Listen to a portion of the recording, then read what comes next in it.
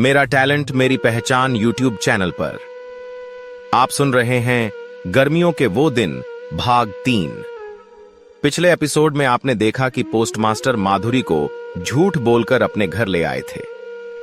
Postmaster के मन में माधुरी के प्रति प्यार की भावनाएं थीं और वह माधुरी से प्यार का इजहार करने के बारे में सोच रहा था।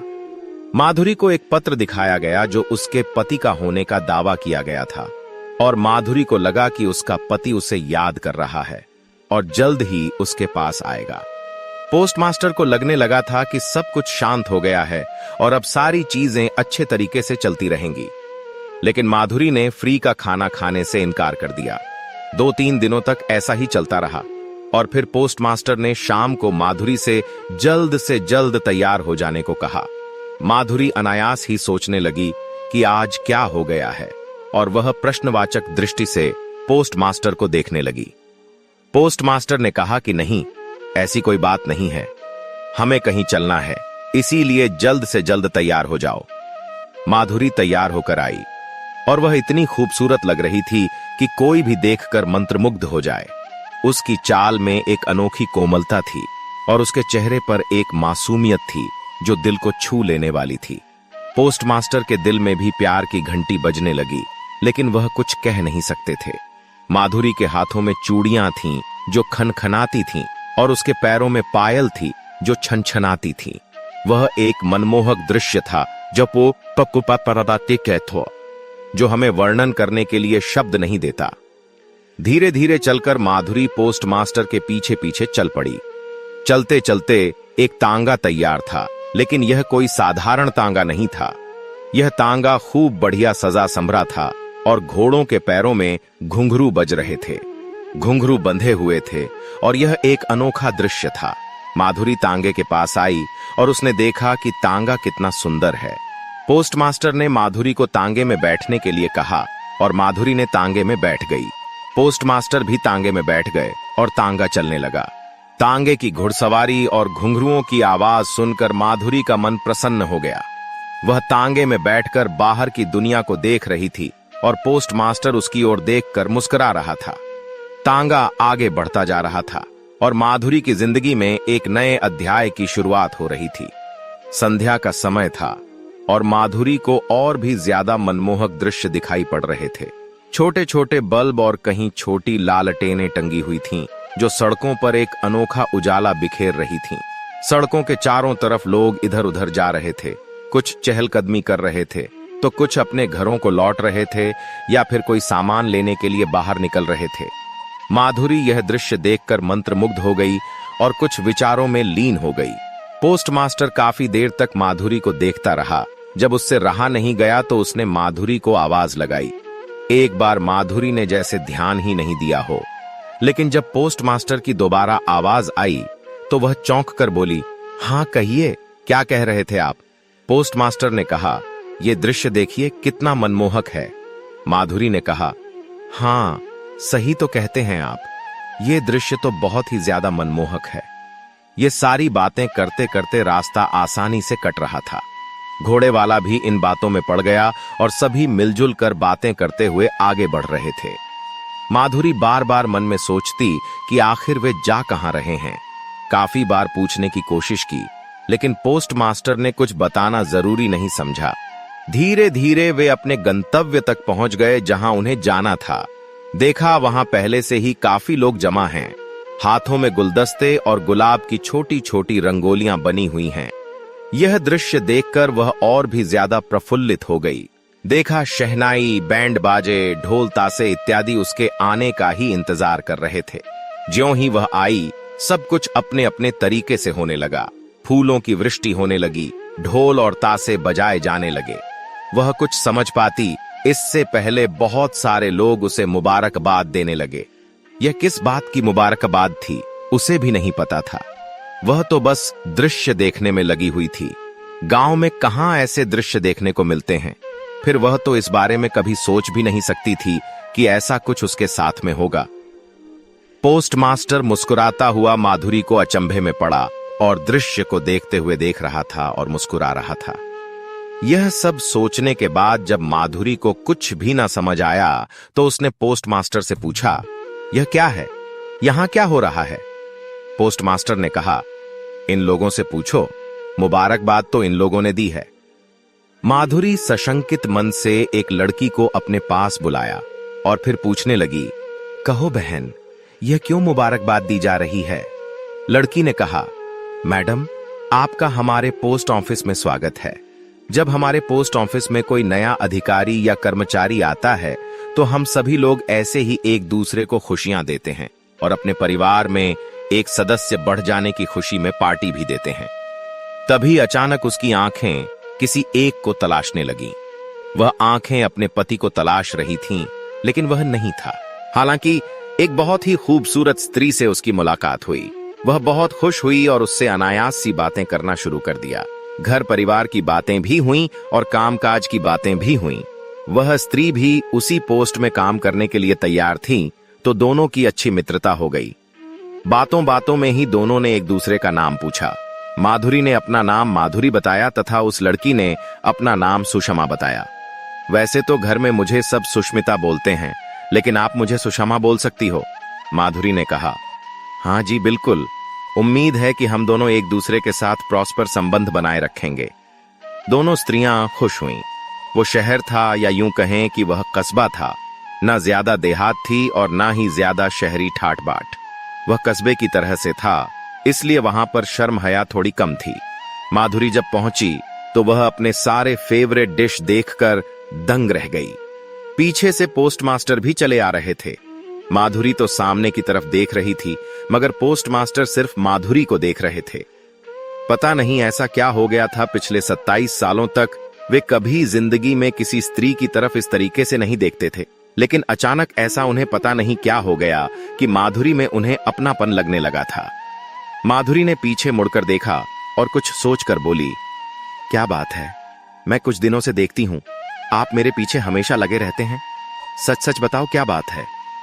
पोस्टमास्टर ने कहा, ऐसी कोई बात नहीं है। पार्टी हो जाने के बाद दोनों घर की तरफ लौट रहे थे। दोनों ने जी भर के एंजॉय किया था और रास्ते में उसी की बातें कर रहे थे। तभी अचानक उनके पीछे पीछे एक काली गाड़ी भी चलने लगी। आगे आगे तांगा और पीछे पीछे एक काली गाड़ी। वह समझ ही नहीं पा रहे थे कि जिस गली में वे मुड़ रहे थे, गाड़ी भी उसी गली में मुड़ रही थी। उनको कुछ शक हुआ तो उन्होंने तांगा रुकवाया और गाड़ी वाले को रोकने की कोशिश की, लेकिन गाड़ी वाले ने शीशे तक नहीं नीचे किए। वह चलता रहा। तांगा वापस से चल पड़ा, लेकिन गाड़ी भी उतनी ही तेजी से चल पड़ी। तभी अचानक पोस्टमास्टर ने कहा, घोड़े स्पीड में दौड़ा दो। जब घोड़ों की रफ्तार तेज हुई तो गाड़ी वाले ने भी अपनी रफ्तार बढ़ा दी। इसमें और कोई नहीं, जग्गा बैठा हुआ था, जो पुराने समय से ही पोस्टमास्टर का दुश्मन था। आज दुश्मनी निकालने का यह बहुत अच्छा मौका है। लोग सोचेंगे कि इस स्त्री को यहां जोड़ने के बहाने लाए थे और फिर सारे इल्जाम इन्हीं के सिर आ जाएंगे। क्यों न स्त्री को ही उठा लिया जाए? ऐसा कहकर उसने गाड़ी की रफ्तार जोर कर दी और साइड से निकालकर सामने की ओर लगा दी। अब तांगे को मजबूरी में रुकना पड़ा, क्योंकि गलियारा काफी पतला और सकरा था।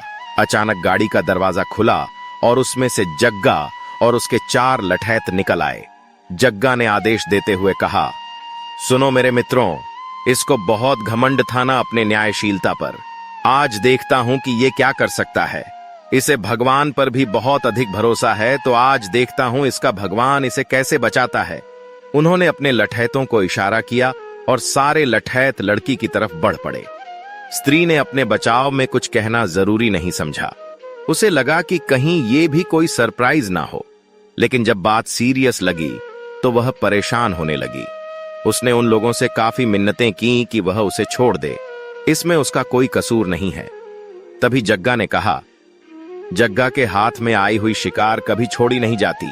सावधान खड़े हो जाओ, नहीं तो पिस्तौल से तुम्हारा सिर खोल दूंगा। यह सुनकर स्त्री स्तब्ध खड़ी रह गई। पोस्टमास्टर के समझ में कुछ नहीं आ रहा था। उन्होंने कहा, देखो तुम्हारी दुश्मनी हमसे है, इस स्त्री से नहीं, जो आप इसके लिए इसको सजा दे रहे हैं। थोड़ी देर के बाद जग्गा ने कुछ सोचा और फिर बोला, अब तुम दोनों डिसाइड करो कि तुम दोनों में से पहले ऊपर कौन जाना चाहेगा। तभी आवाज आई, ढाएं। यह आवाज और किसी चीज की नहीं थी, गोली चलने की थी, लेकिन गोली ऊपर आसमान में चली गई। यह क्या? वह दोनों डर के मारे खड़े हो गए और कांपने लगे। स्त्री को तो जैसे कुछ समझ में ही नहीं आ रहा था। वह परेशान होकर इधर उधर देखने लगी। तभी जग्गा के लठैतों ने कहा, सामने देखकर बात करो। हमारे मालिक को ये बिल्कुल भी पसंद नहीं है कि कोई उनके सामने से मुंह फेर कर दूसरी चीजों को देखे। ऐसा करने पर हमारे मालिक आंखें निकाल लिया करते हैं। इतना कहना ही था कि तभी 2-3 लोगों ने स्त्री को पकड़ लिया और उसे जबरदस्ती अपने साथ ले जाने की जिद करने लगे। थोड़ी देर के बाद में ऐसा होता ही रहा। पोस्टमास्टर ने भरसक कोशिश की कि वह उस स्त्री को बचा सके, लेकिन वह इसमें असफल हो रहे थे, क्योंकि कुछ लठैत पोस्टमास्टर के ऊपर डंडों से बेरहमी से बरसात किए जा रहे थे। लेकिन तभी अचानक एक और सफेद गाड़ी दिखी। यह सफेद गाड़ी भी उन दोनों के बीच आकर रुकी। गाड़ी में से सुषमा और उसका नौकर निकला। यह क्या हो रहा है यहाँ पोस्टमास्टर साहब? उसने लठैतों को देखा और कहा, बनवारी, मेरी पिस्तौल लाओ। मैं इन सारे लठैतों को एक बार में ही बिछा दूंगी। अचानक से यह सब होता देख जग्गा हैरान हो गया। बनवारी ने देर न करते हुए पिस्तौल दिया। अब पिस्तौल सीधे जग्गा के कनपटी पर लगी थी। उस सुषमा ने कहा, इन लठैतों से बोलो अत्याचार करना बंद करें, नहीं तो तुम्हारी खोपड़ी खोल दूंगी।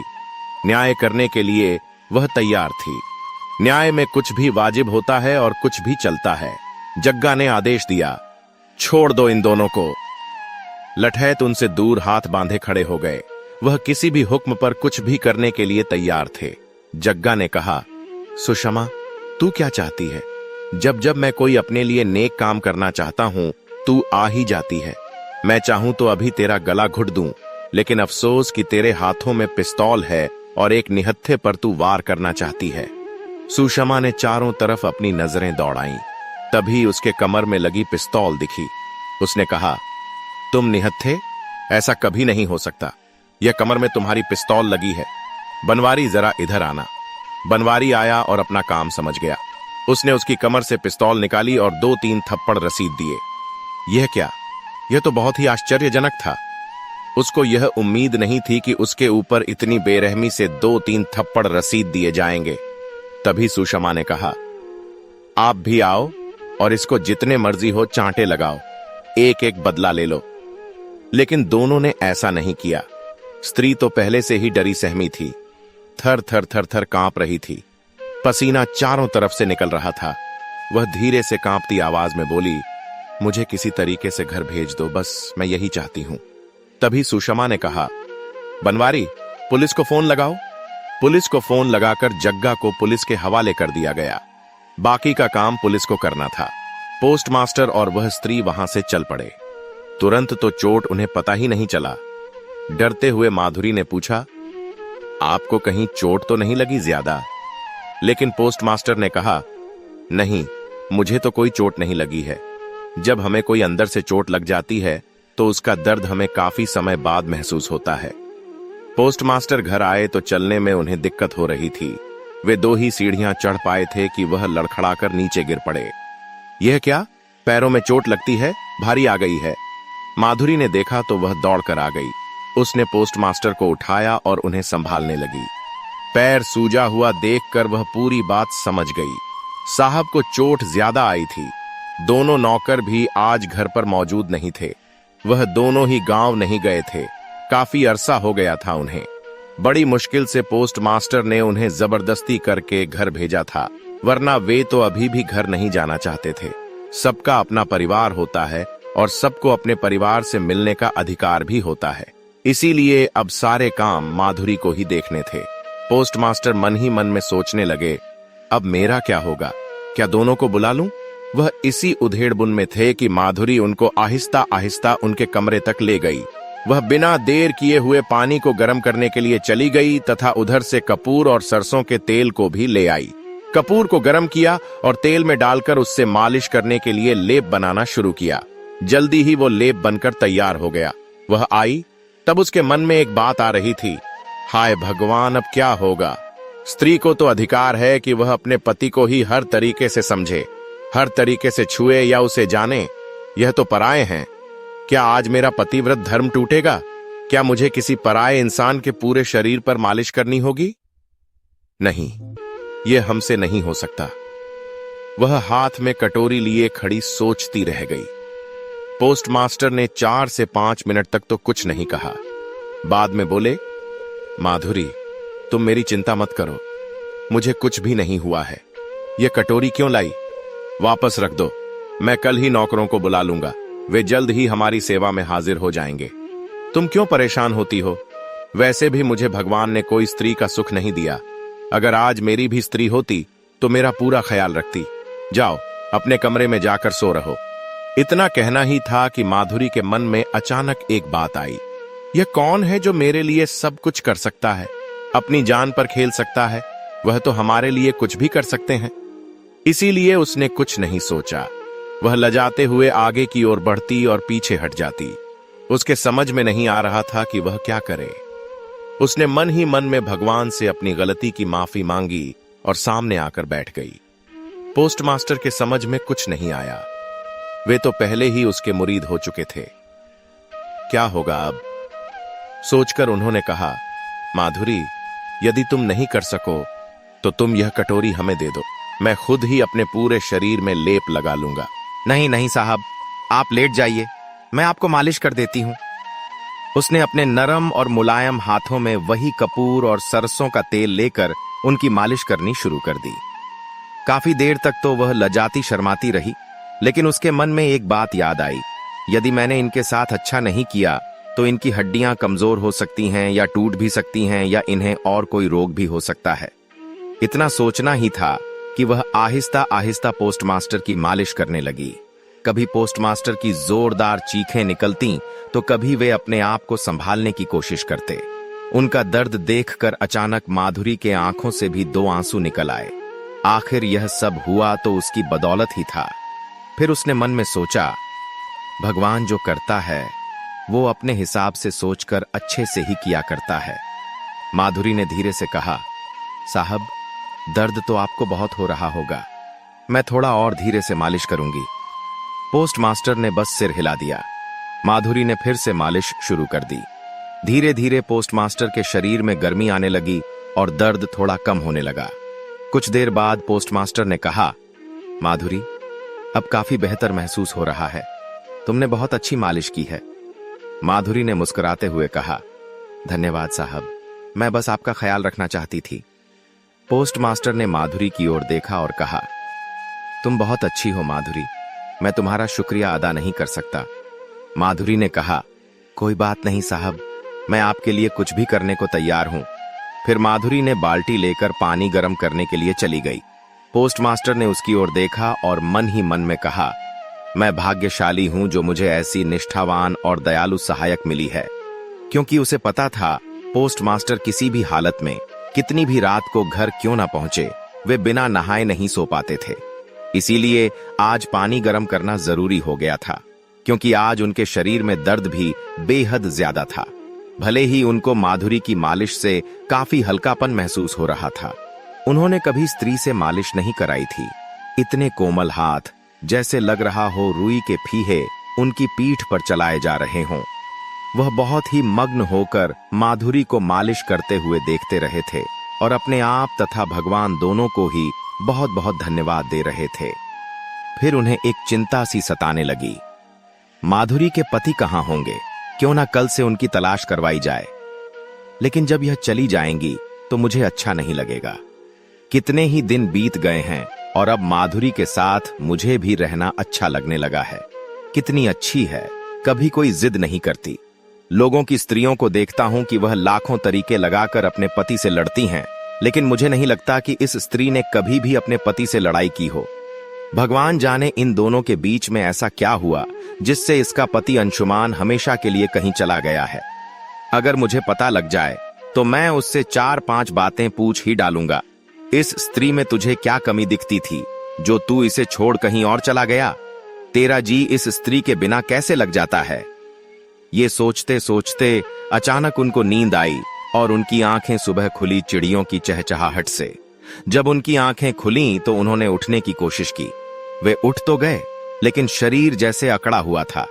उन्हें हल्का सा दर्द हुआ और सिसकारी मारते हुए वे अपने बाथरूम की तरफ चले गए। नित्य क्रियाओं से निपट कर देखा, माधुरी आज नाश्ता बनाकर तैयार कर चुकी थी। ये क्या? आज तो माधुरी ने कोई काम बाकी ही नहीं छोड़ा। पूरे घर का काम उसने इतनी सफाई से किया था कि उनके नौकर भी होते तो देखकर दंग रह जाते। पोस्ट मास्टर ने माधुरी की ओर देखा और कहा, माधुरी, तुमने तो कमाल कर दिया है, मैं तुम्हारा शुक्रिया अदा नहीं कर सकता। माधुरी ने मुस्कुराते हुए कहा, कोई बात नहीं साहब, मैं बस आपका ख्याल रखना चाहती थी। नाश्ता करने के बाद वे दोनों ही तैयार होकर अपने पोस्ट ऑफिस के लिए जाने के लिए तैयार हो गए। वो दोनों घोड़े पर बैठे और वहां से निकल गए। घोड़ा धीरे धीरे आगे बढ़ता चला जा रहा था और घोड़े पर टंगा तांगा भी चारों तरफ से सुबह की लालिमा छाने लगी थी। ऐसा लग रहा था जैसे सूर्य आज सूर्य नहीं, जैसे कोई बल्ब जल रहा हो, कोई छोटा सा बल्ब जिसकी रोशनी घनी भीनी सी पड़ रही हो। देखते ही देखते दोनों पोस्ट ऑफिस पहुंच गए। आज इसका पहला दिन था। माधुरी ने दिल जान लगाकर मेहनत की और उन्होंने वो कर दिखाया जो लगभग कोई ही कर पाता था।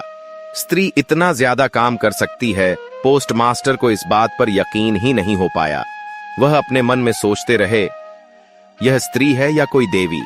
कोई पता नहीं कितनी शिद्दत से और कितनी बढ़िया तरीके से इसने सारे काम निपटाए। हे भगवान, यह तूने एक ऐसी दुनिया बनाई है जो चीजें हम सोचते हैं भ्रामक या भ्रांतिदायक हैं, वही चीजें तू मेरे सामने लाकर खड़ा करके यह सबूत दे देता है कि दुनिया में कुछ भी होना संभव है। तेरी बनाई दुनिया तू ही जाने, मुझे क्या? मैं तो तेरा प्यादा हूं और प्यादे का काम सिर्फ तेरी आज्ञा मानना है, इसके अलावा और कुछ भी नहीं। मैं आज शाम से ही इसके पति अंशुमान को ढूंढ निकालूंगा, चाहे जहां भी हो। यह मन में सोच वह अपने काम में जुट गए। शाम के तकरीबन 4 बज चुके थे। काली घटाएं छाई हुई थीं। रिमझिम रिमझिम बूंदों की शुरुआत होने वाली थी। क्या बात है, कहीं से साय साय की आवाज आती तो कुछ लोग कहते लगता है आंधी आने वाली है, और थोड़ी ही देर में वह आवाज शांत हो जाती थी। बाहर की दुनिया में मौसम का मिजाज बदल रहा था, लेकिन पोस्ट ऑफिस के अंदर माधुरी और पोस्ट मास्टर अपने काम में व्यस्त थे। पोस्ट मास्टर ने माधुरी की ओर देखा और कहा, माधुरी, तुमने आज बहुत अच्छा काम किया है, मैं तुम्हारे काम से बहुत खुश हूं। माधुरी ने मुस्कुराते हुए कहा, धन्यवाद साहब, मैं बस अपना काम करने की कोशिश करती हूं। हाँ, यह बात भी तेरी सही है माधुरी, कम से कम अब तुम हमारा दिया हुआ नहीं खाती। अब तुम अपनी मेहनत का खाओगी और मेहनत का कमाओगी।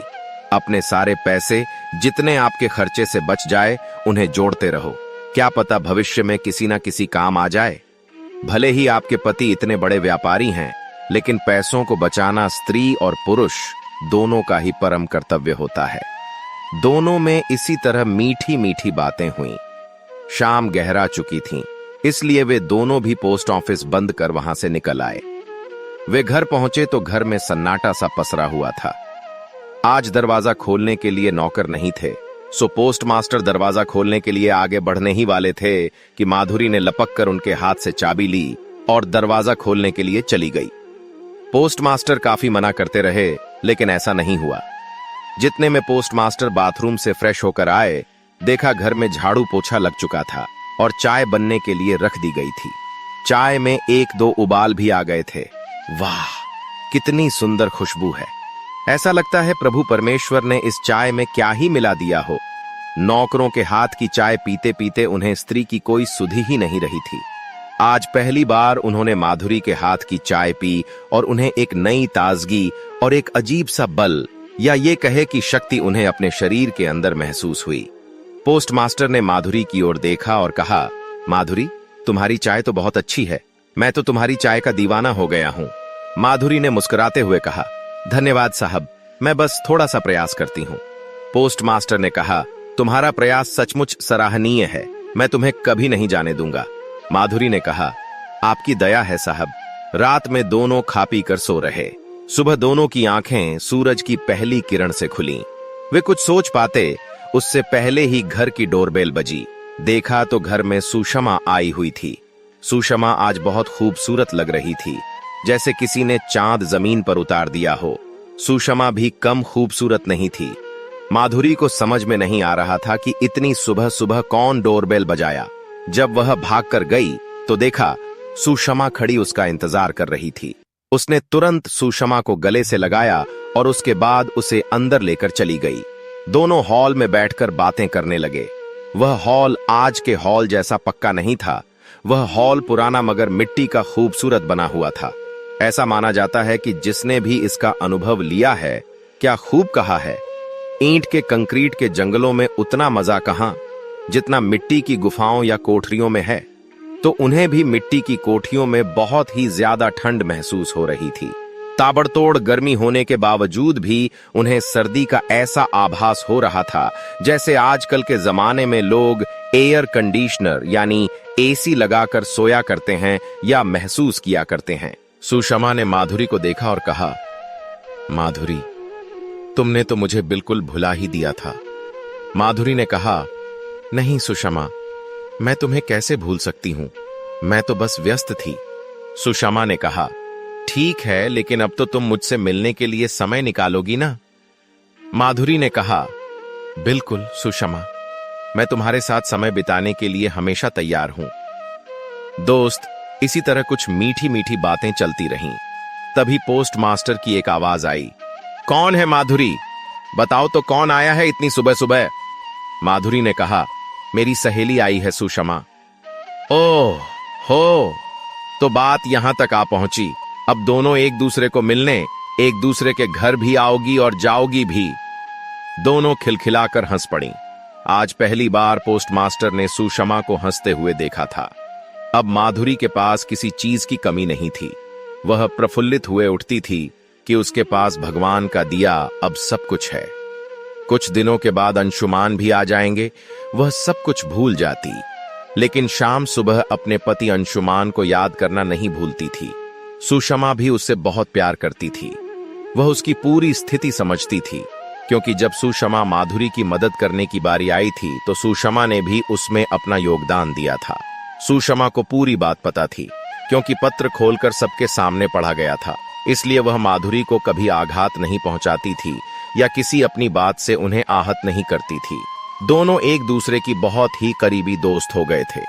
सुषमा और माधुरी की दोस्ती दिन ब दिन गहरी होती जा रही थी। दोनों एक दूसरे के साथ समय बिताना पसंद करती थीं।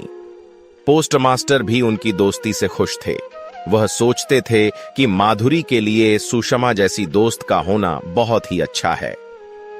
एक दिन सुषमा ने माधुरी को खबर दी कि उसकी चौथी सालगिरह है। यदि वो नहीं आएगी तो वे सालगिरह नहीं मनाएंगे।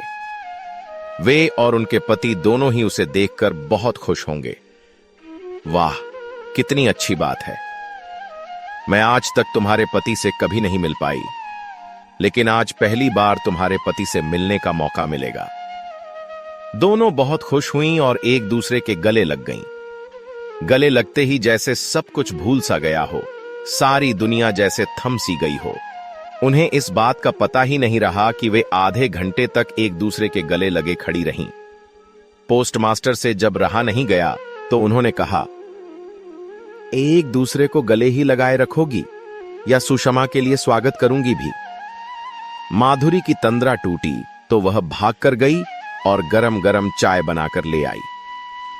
सुषमा बड़े चाव से चाय को पीते हुए बोली, पोस्टमास्टर साहब, आपको भी मेरी खुशियां पसंद नहीं आती क्या? और खिलखिलाकर हंस पड़ी। तीनों चाय की चुस्कियां ले रहे थे। आज वे दोनों नौकर भी आने वाले थे, सो शाम के समय वे भी आ गए। माधुरी तैयार हो गई थी। पोस्टमास्टर के पास समय की कमी होने के कारण वे उसमें शरीक नहीं हो पाए थे, लेकिन तोहफा जरूर भेजा था। माधुरी टांगे पर बैठी और वही लंगड़ाता हुआ बूढ़ा भी साथ में चला गया, जो माधुरी की सुरक्षा के लिए भेजा गया था, या ये कहे कि माधुरी के सेवा के लिए भेजा गया था। माधुरी टांगे पर बैठी चली जा रही थी और मन में एक नई उमंग थी। ओह, कितने दिनों के बाद किसी की सालगिरह में शरीक होंगी। पता नहीं इस कस्बे में कैसे सालगिरह मनाते हैं। मन में खुशियों के अंबार से लगने लगे थे, मगर किस्मत को क्या मालूम कि आज इन खुशियों में आग लगने वाली है। कुछ ही क्षणों में वे हवा से बात करते हुए सीधे सुषमा के घर पहुंच गए। सुषमा का घर पूरा सजा हुआ था। चारों तरफ छोटी छोटी झूमरें लगी हुई थीं और कुछ छोटी छोटी लाइट्स जो जल जल कर रंग बिरंगी माहौल बना रही थीं। उन्हें बहुत अच्छा लग रहा था। चारों ओर देखा, पंडाल में खचाखच भीड़ थी। 2 पंडाल थे। एक में पुरुष गण अपने यार दोस्तों मित्रों के साथ में बातचीत कर रहे थे। वहीं दूसरे तरफ महिलाएं भी अपनी सहेलियों के साथ में गपशप में थीं। उतरकर बूढ़ा पुरुष वालों में चला गया, जबकि माधुरी महिला वाले में चली गई। वह भी उन स्त्रियों में जाकर घुल मिल गई। सब कुछ अच्छा चल रहा था। सभी ने सुषमा को बधाइयां देना शुरू किया। सुषमा, तुम्हारी शादी की 4थी सालगिरह मुबारक हो, और आज ही के दिन तुम्हारा लड़का भी 3 वर्ष का हो जाएगा। तुम्हारी लड़की तो इससे ठीक 3 दिन बाद की जन्मी हुई है ना? सुषमा ने मुस्कुराकर हां में सिर हिला दिया। आज माधुरी भी बहुत खुश थी। दोनों इस कदर घुले मिल गईं, जैसे पूर्व जन्म से ही इनका कोई रिश्ता या यूं कहे कि नाता हो। सब कुछ ठीक चल रहा था, तब केक काटने की बारी आई। सबने देखा धीरे धीरे एक सुंदर आदमी जो राजकुमार सा दिखता था, हाथ में केक और चाकू लिए चला आ रहा था। अचानक माधुरी की नजरें उस पर गड़ गईं। वह देखने लगी और अचानक किसी भी चार में लीन हो गई। वह अपनी आंखों को बार बार बंद करती और खोलती। कहीं वह सपना तो नहीं देख रही, क्योंकि यह और कोई नहीं, उसके पति अंशुमान थे। हाय भगवान, यह मेरे साथ क्या हुआ? वह फुट फुट कर रोना चाहती थी, लेकिन इन दोनों के साथ में कुछ बुरा ना हो, इसलिए वह तुरंत वहां से जाना चाहती थी, क्योंकि सच्चाई छिप नहीं सकती थी। उसे सच्चाई का पता चल चुका था। तभी अचानक अंशुमान की नजर भी माधुरी पर पड़ी। वे सन्न रह गए। उन्होंने माधुरी से चेहरा छुपाते हुए सुषमा को बुलाया और केक काटा। उसके बाद में सुषमा से उसके बारे में पूछा। सुषमा ने बताया कि यह मेरी सहेली है माधुरी, सबसे ज्यादा बेस्ट फ्रेंड मेरी यही है। मैं आपको कभी कभी इसके बारे में बताया भी करती थी। अंशुमान ने कहा, हाँ, लेकिन जल्दी से इसे यहां से विदा कर दो, वरना अच्छा नहीं होगा। इतना कहना था कि सुषमा की त्योहारियां चढ़ गईं। क्यों भेजूं मैं अपनी सहेली को? उसका अधिकार है। उसके भले ही कोई नहीं है। उसके पति भी बहुत बड़े व्यापारी हैं जो विदेश में काम करते हैं, जल्द ही वहां लौटेंगे। तुम्हें तो अपनी हैसियत वालों से ही प्यार होता है, या हैसियत वालों को ही बुलाना पसंद करते हो? मेरी तो ये दोस्त है, या तो मैं इसे रखूंगी या मैं सब छोड़कर मायके चली जाऊंगी। अंशुमान के समझ में कुछ नहीं आ रहा था। वे तो यहां किसी और नाम से ही चल रहे थे। उन्होंने वहां से आते ही इस लड़की को देखा और इस पर लट्टू हो गए थे और इससे शादी कर ली थी। माधुरी की कोई सुधि तक ना ली थी। यहां पर उनका नाम कुछ अलग ही था, बाबूलाल। क्या सुंदर नाम था। अंशुमान का चेहरा गुस्से से लाल हो गया था। वे सुषमा को घूरते हुए बोले, तुम्हारी दोस्त को यहां से भेज दो, मैं नहीं चाहता कि वह यहां रहे। सुषमा ने कहा, नहीं, मैं उसे नहीं भेजूंगी, वह मेरी सबसे अच्छी दोस्त है। अंशुमान का गुस्सा और बढ़ गया। फिर ये सुषमा को धमकी देते हुए बोले, अगर तुम उसे नहीं भेजोगी तो मैं यहां से चला जाऊंगा। सुषमा ने कहा, जाओ, मुझे कोई फर्क नहीं पड़ता।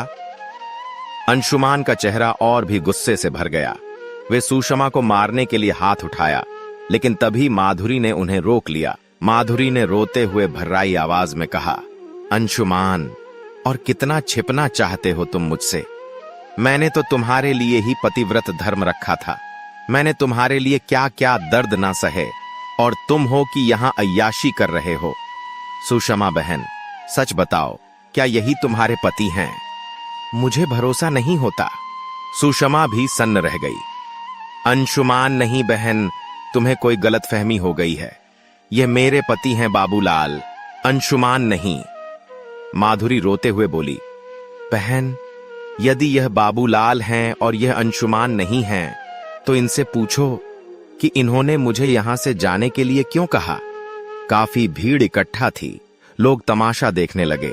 कुछ लोग तो मन ही मन में बाबूलाल को कोसने लगे, वहीं कुछ लोग माधुरी को कोस रहे थे। हरे भरे घर में आग लगाने चली है चुड़ैल। पता नहीं कहां से डायन आकर बस गई इस गांव में। भला हो पोस्ट मास्टर का, उन्हें भी पता नहीं क्या सूझी थी। लोग तरह तरह की बातें बना रहे थे, लेकिन सुषमा भी अपनी बात से पीछे नहीं हटना चाहती थी। लेकिन माधुरी भी अपनी बात से पीछे नहीं हटना चाहती थी।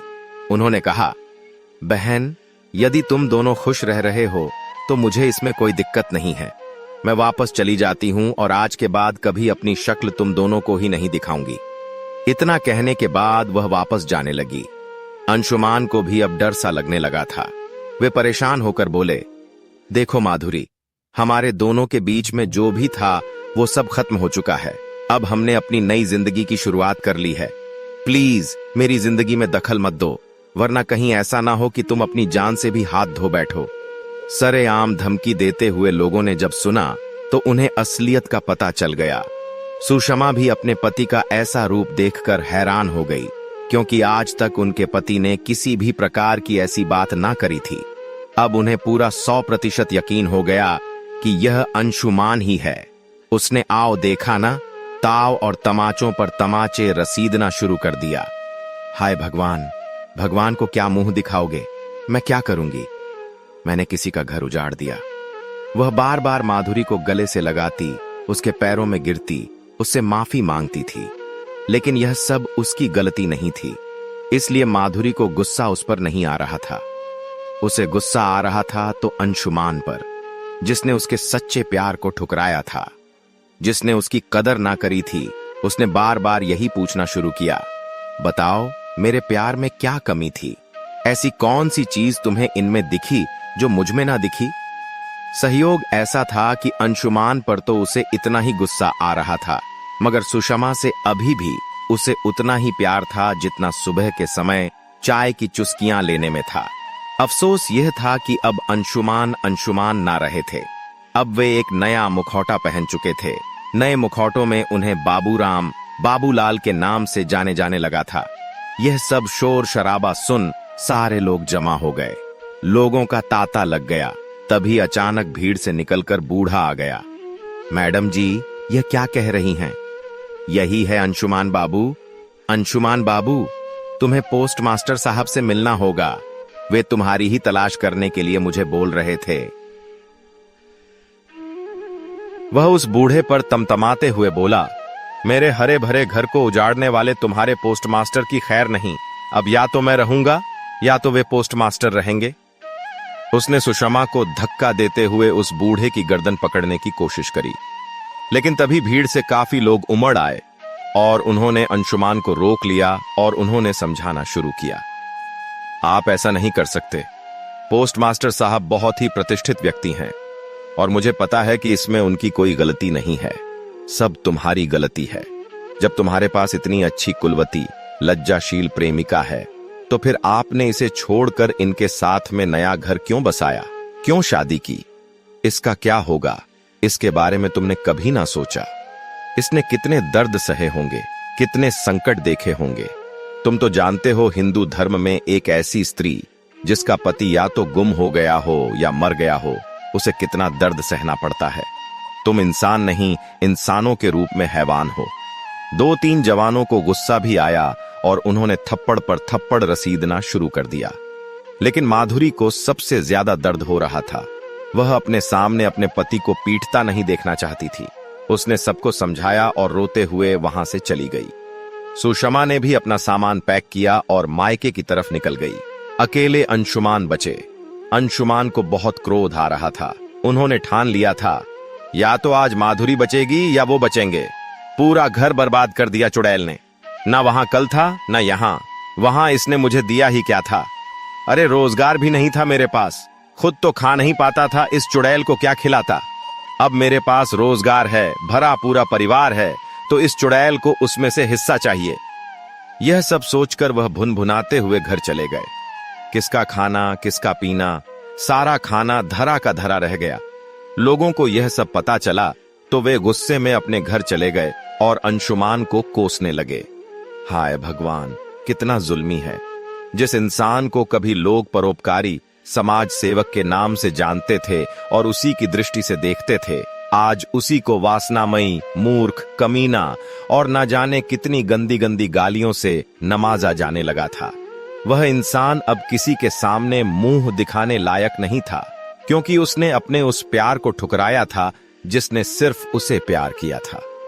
माधुरी घर पहुंचकर टांगे से उतरकर सीधे कोठी में चली गई और वहां फुट फुट कर रोने लगी। शोरगुल सुनकर पोस्टमास्टर भी आ गए और जब उन्हें उस बूढ़े ने सारी सच्चाई बताई तो गुस्से में उनके हाथ पैर कांपने लगे। पूरा शरीर पसीने से तरबतर हो गया। इतना गुस्सा कभी किसी ने उनके मुखमंडल पर नहीं देखा था। जो चेहरा हमेशा खुश और मुस्कुराता रहता था, आज उसी चेहरे पर गुस्से के मारे लाल लाल होठ और लाल लाल चेहरा दिखाई पड़ रहा था। क्या होगा आगे? क्या हो जाएंगे अंशुमान? अपने लक्ष्य में क्या कामयाब होंगे? क्या चली जाएगी माधुरी की जान, या फिर अंशुमान का हो जाएगा यहीं पर खात्मा? क्या माधुरी अपना ले पाएगी बदला, या फिर सब कुछ छोड़ छाड़ कर खुदकुशी कर लेगी? क्या माधुरी अपने प्यार को वापस पा पाएगी, या फिर कर देगी अंशुमान को सुषमा के हवाले? क्या सुषमा माधुरी से कोई नया चाल चलने की कोशिश करेगी, या फिर वह भी मुरीद हो चुकी है माधुरी की? क्या पोस्ट मास्टर अब माधुरी के वासना में मग्न होकर उसके साथ जबरदस्ती करेंगे, या फिर उसे देंगे बेइंतहा प्यार? क्या माधुरी बन जाएगी वैरागिनी? जानने के लिए सुनिए गर्मियों के वो दिन भाग 4। प्रिय मित्रों, यदि आपने इसके पहले वाले भाग 1 और भाग 2 नहीं देखे हैं तो कृपया उन्हें भी देखें, क्योंकि पूरी कहानी तभी आपके समझ में आ पाएगी। यदि आपको पसंद आती है तो अपने दोस्तों में भी शेयर करें, लाइक करें। यदि नए आए हैं तो चैनल को सब्सक्राइब कर लें, और हां, हमारी गलतियां बताना ना भूलें। कमेंट में हमारी गलतियां जरूर बताएं। साथ ही साथ जो आपको अच्छा लगे वह भी कमेंट में जरूर बताएं। हमारा मनोबल बढ़ेगा। इस भाग को सुनने के लिए धन्यवाद। अगला भाग जल्दी ही मिलेगा। तब तक के लिए धन्यवाद।